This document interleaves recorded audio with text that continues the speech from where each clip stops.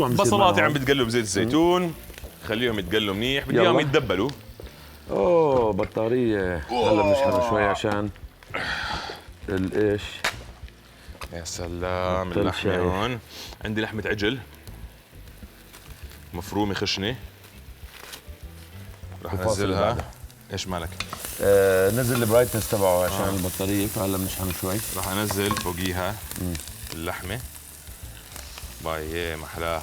هات لي هذه. سلم ايديك. ليش وسخ ايدك حبيبي؟ عادي بغسل. انا لابس كفوف. هي ست لمسه بيني وبينك. هات هيك على نار حامية. طبعا بنضلنا ما بننزل الحرارة عشان اللحمة ما تنزل ميتها. راح اقلي البصل واللحمة لما اللحمة بديها شوي صغيرة تتحمر، بس بنضلنا نحركها، خاصة اللحمة المفرومة عشان تفك عن بعض ما تكبتل وتصير كرات. شو اخبار العدس؟ بس تحمر اللحمة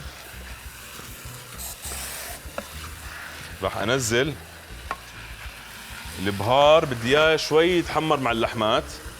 عندي بهار مشكل، عندي بابريكا، قرفة، شوية قرفة عشان طعمها قوي. وبنقلبها بنخليها. الفرن انا شكرا. عملت كارثة. عادي مش مشكلة.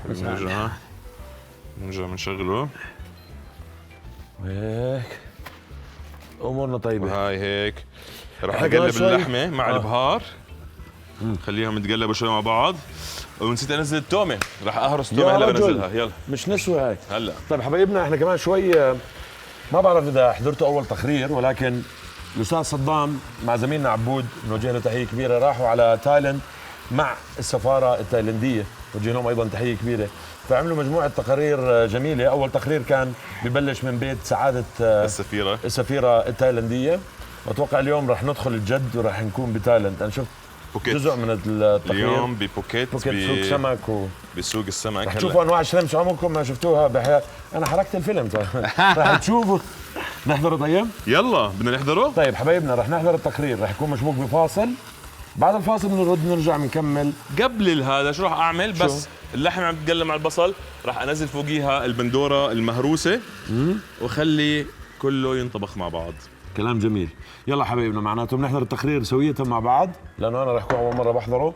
وبنطلع فاصل زي ما حكيت، بعديها بنرد نرجع بنكمل وصفتنا الاولى والثانيه. لسه الاولى اللي هي مجدره بالبرغل ما خلصت، عم نستنى المجدره تستوي. وفي عندنا هون اللحمه مع البندوره هلا ضافها صدام. البندوره قاعده عم تغلي مع اللحمه والبصل والتومه والبهارات، معجون البندوره، وعندك هيك اللحمه عم تنطبخ قاعده، وعندنا المجدره، العدس هون مع البصل صار اموره تمام. خلص بكفيه. باستا اذا بتسلقوها صح ما بتلزق ببعض، بس لما تنزلوها اول ما تغلي حقلبوها تقليبتين بتفكفك عن بعض ما بتلزق. اذا بتحطوا عليها الزيت يا جماعه بتغلف الباستا بالزيت، فانت لما تنزل فوقيها الصوص في طبقه عازله بتصفي بين الباستا وبين الصوص، فالصوص ما راح يمسك على حبه المعكرونه، فبصفي بيسحل على حبه المعكرونه. مهم انه ما نحط زيت على ميه سلق الباستا عشان نعملها على الطريقه الصح. الباستا تبعتنا يلا. ام زيد زريقات، ادعوا لبنتي لسيل تنجح توجيه 2009. يا رب الله ينجحها يا رب وتفرح فيها يا ام زيد زريقات. بدي استغل هاي الفرصه واسلم على ست الكل مدام هاله زريقات. يا الله شو اني مشتاق لك يا مدام هاله. ان شاء الله هيك تكون امورك بالف خير يا رب، بصحه وسلامه، وكل العيله بالف خير.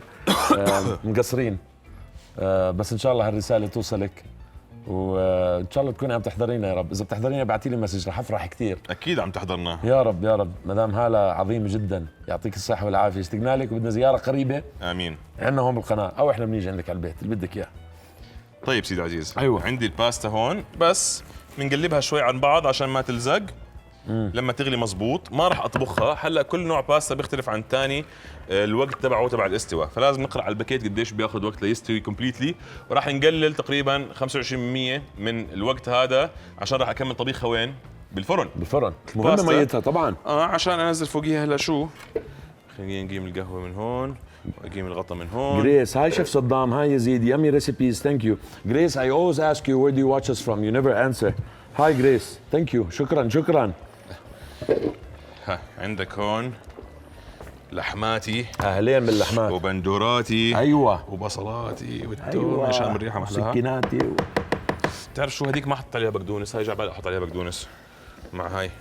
لا بالك حط، لا تخليه شيء جاي بالك. أنا نزل شوي على الصوص. بقدونس مفروم بقلبه. اخي الحياة تغيرت، صرنا نشتري بقدونس مفروم ومغسول وجاهز. حلوة. هذا الاشي ما كان قبل لا طبعا 3-4 سنين بجوز ما كانش موجود.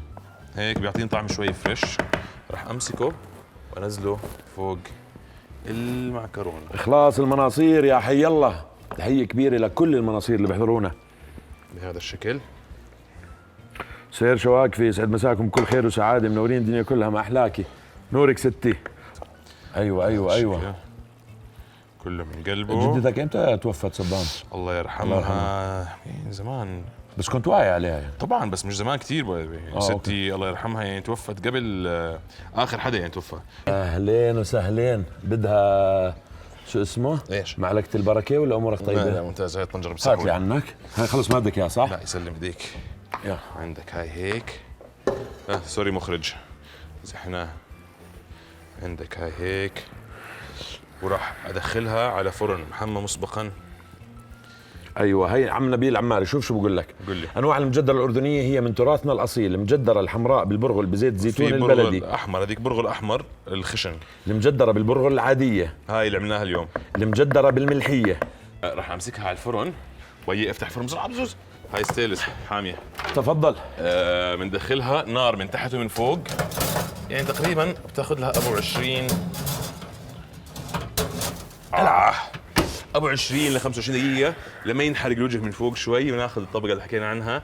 بصير عندي هيك خيوط معكرونه سوداء شوي على الوجه، هيك معناته امورها صارت تمام. هي اولموست مستويه، بدها يعني 10 دقائق بتكون مستويه بالفرن. بس هاي انه علمونا عليها اهلنا بياكلوها مخبصه. تامر الفخوري بقول لك بدون زعل، حلقة شعرك بتخزي. والله يا صاحبي تعليقك اللي بخزي، مش حلقتي. ليش هيك يا زلمه؟ لماذا؟ ليش ابو الفخوري؟ اول شغله غلط اني قرأت تعليقه، اعطيته اهتمام او اعطيته غلط ذكر اسمه اصلا. اصلا بالضبط. بس حبيت اقول له انه تعليقه بخزي. لا ما في داعي تعطيهم اهتمام او اعتبار ابدا اللي بيحكي بهاي الطريقه. طيب في عنا تهنئه من ابو صالح وام صالح وخطيبها احمد المشايخ لابنتها بتول عمر سليم بمناسبه تخرجها من جامعه البلقاء التطبيقيه بتخصص القباله والتوليد. الف مبروك يا رب. طيب زوزو، ناخذ وصفه السلطه؟ ايه السلطه. يلا جاهزين. انا طلعت كل الطناجر، ضل الشيء ما طلعته على المجله.